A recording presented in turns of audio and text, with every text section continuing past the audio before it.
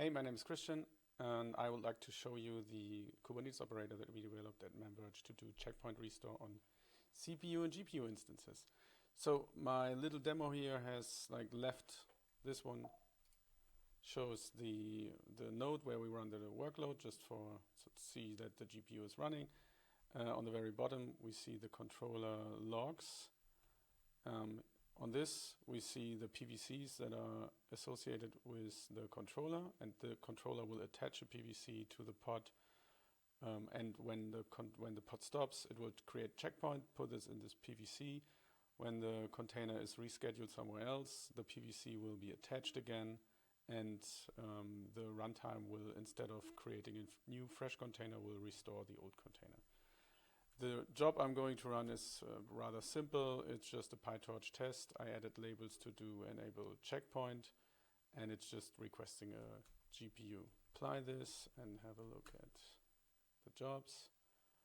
So you can see that the pod for the job was created.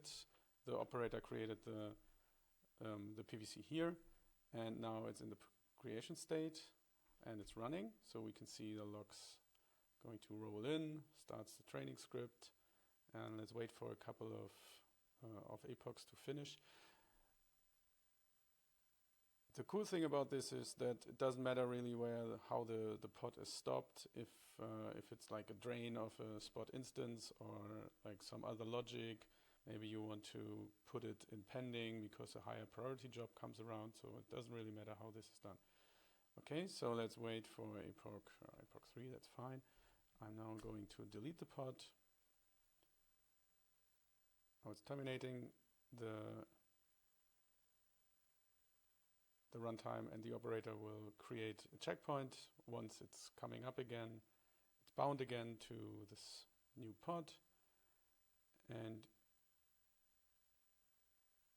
now it's creating. You should see here that the mv snap command is running. That's basically extracting the checkpoint.